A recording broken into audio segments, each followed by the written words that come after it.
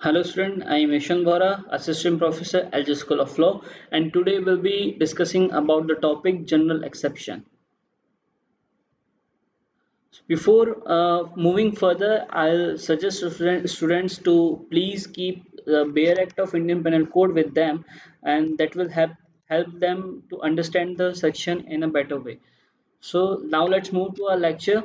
What is general exception? General exception has been defined under Chapter 4 of Indian Penal Code, and it contains of 31 sections, which are summarized in the following these head, like the mistake, accident, absence of mens rea, act done by consent, privilege acts, trifling acts, and right to private defense. Now, general exceptions give, or you can say exempt the person if they have done any crime and they are coming in these particular heads. If they are coming in these particular heads, then they can be exempted from the uh, crime or the act which they have committed. Now in this particular lecture we'll be talking about the mistake. Okay, so mistake, there are two kinds of mistake: mistake of fact and mistake of law. As we have discussed earlier also, that ignorantia facit doth excusate ignorantia juris non excusate. In the lecture of punishment we have discussed it, that not in the not sorry in the lecture of jurisdiction, we have discussed is that ignorance of fact is an excuse but ignorance of law is not an excuse. So section 76 and 79 of Indian Penal Code talks about the mistake of fact and mistake of law. So you must have got the you can say the general idea that if the person is taking uh, the mistake of fact, then it can be excusable. Okay, if the person, suppose if A has arrested B,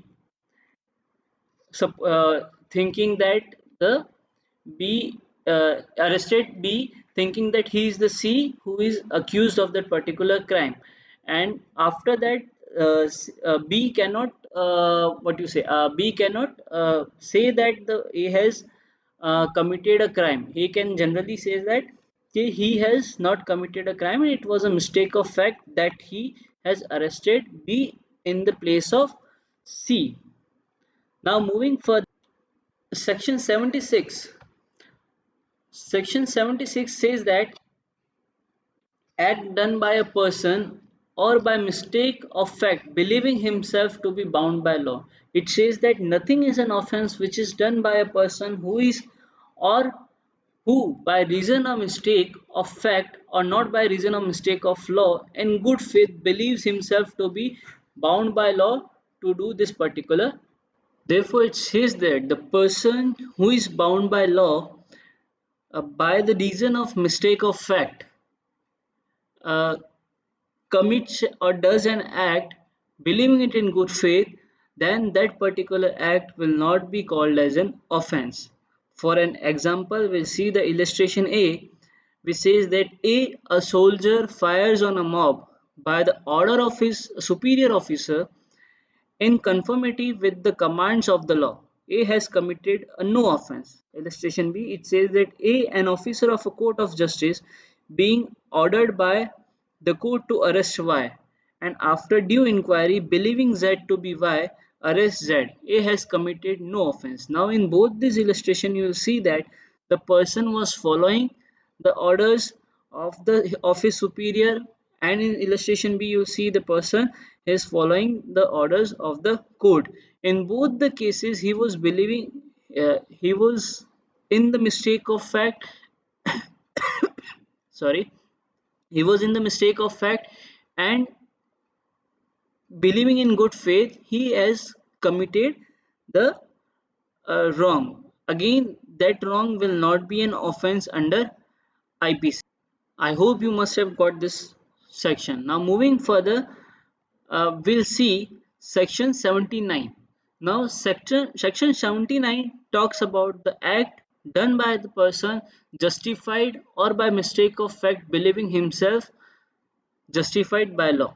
It says that nothing is an offense which is done by any person who is justified by law, or who by reason of the mistake of fact and not by the reason of mistake of law in good faith believes himself to be justified by law in doing it. First we'll see the illustration, after that we'll come to section again. Illustration says that A sees Z commit what appears to A to be a murder. A, in the exercise to the best of his judgment, exerted in good faith, of the power which the law gives to all the person of apprehending murder in the fact seizes Z. In order to bring Z before the proper authorities, A has committed no offense, though it may turns out that Z was acting in self-defense. Now coming back to section, it says that nothing is an offense which is done by any person.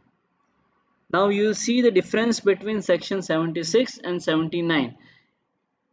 In this section you see that nothing is an offense which is done by any person.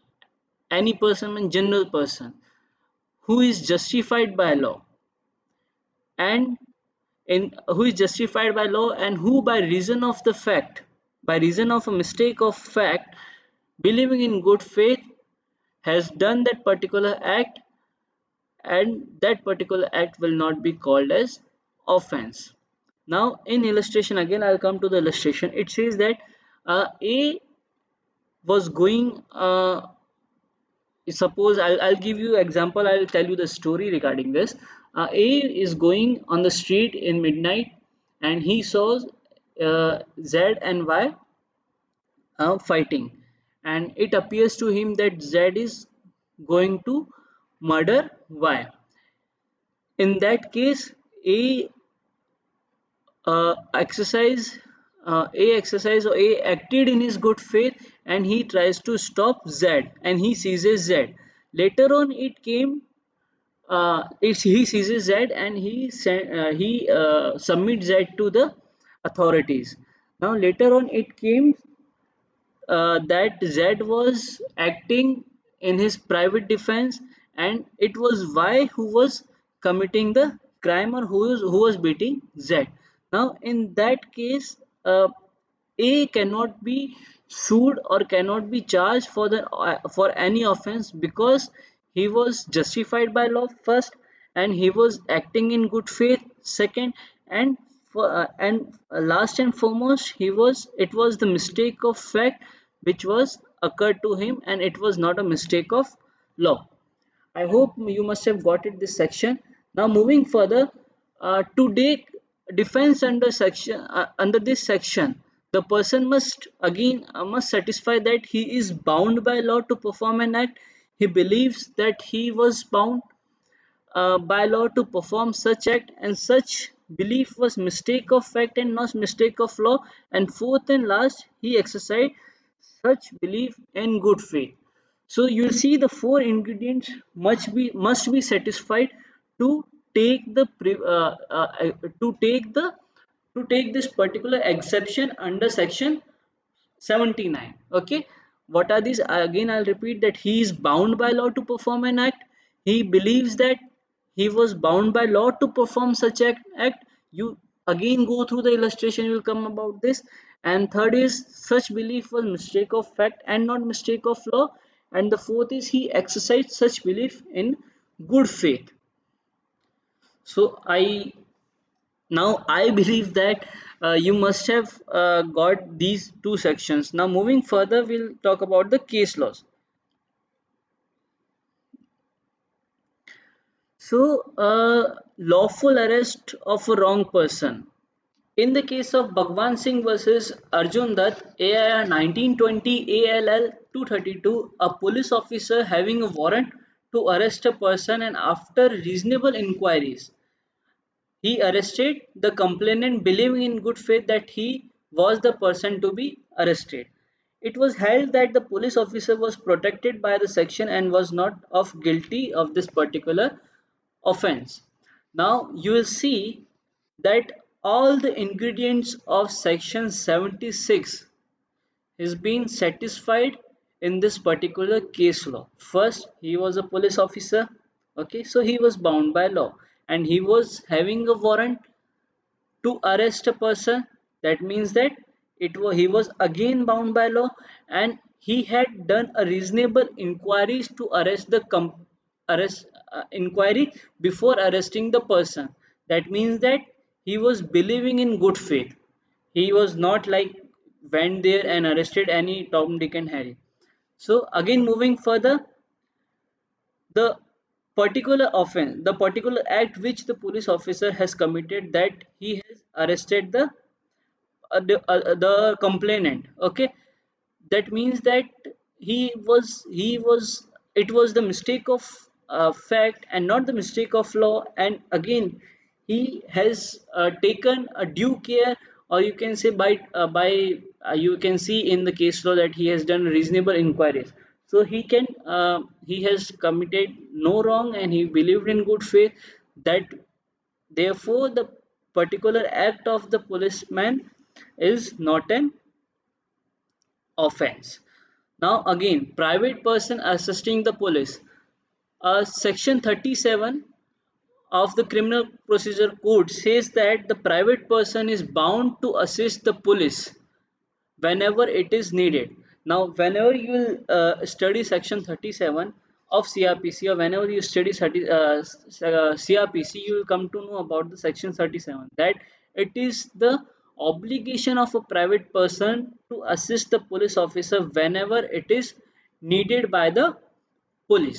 Again, moving further, we'll see that the act done by the superior's order, the act, it was, you must have seen in the illustration, I think illustration 2 of section 76. It says that the act done under an order of superior authority cannot be said to an offense if the person is following his order which is given to him by his superior person, then by following order cannot be said to be an offense. Now next point, nothing but the fear of instant death in the defense for a policeman who tortures anyone by order of superior. In Latif Khan, it has been said that the nothing but the fear of instant death is the defense for a policeman who tortures anyone by order of superior. Now moving on next point, it says that this is totally clear that under IPC mistake of law is no defense.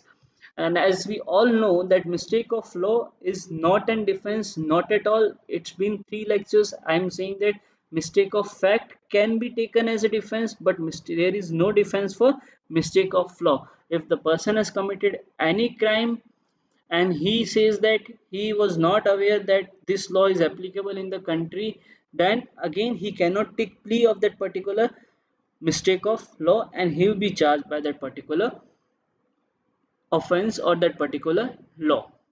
I hope this topic must have been clear by, and if in case there is any query, you can just ping me or post me, and you can ask me anytime.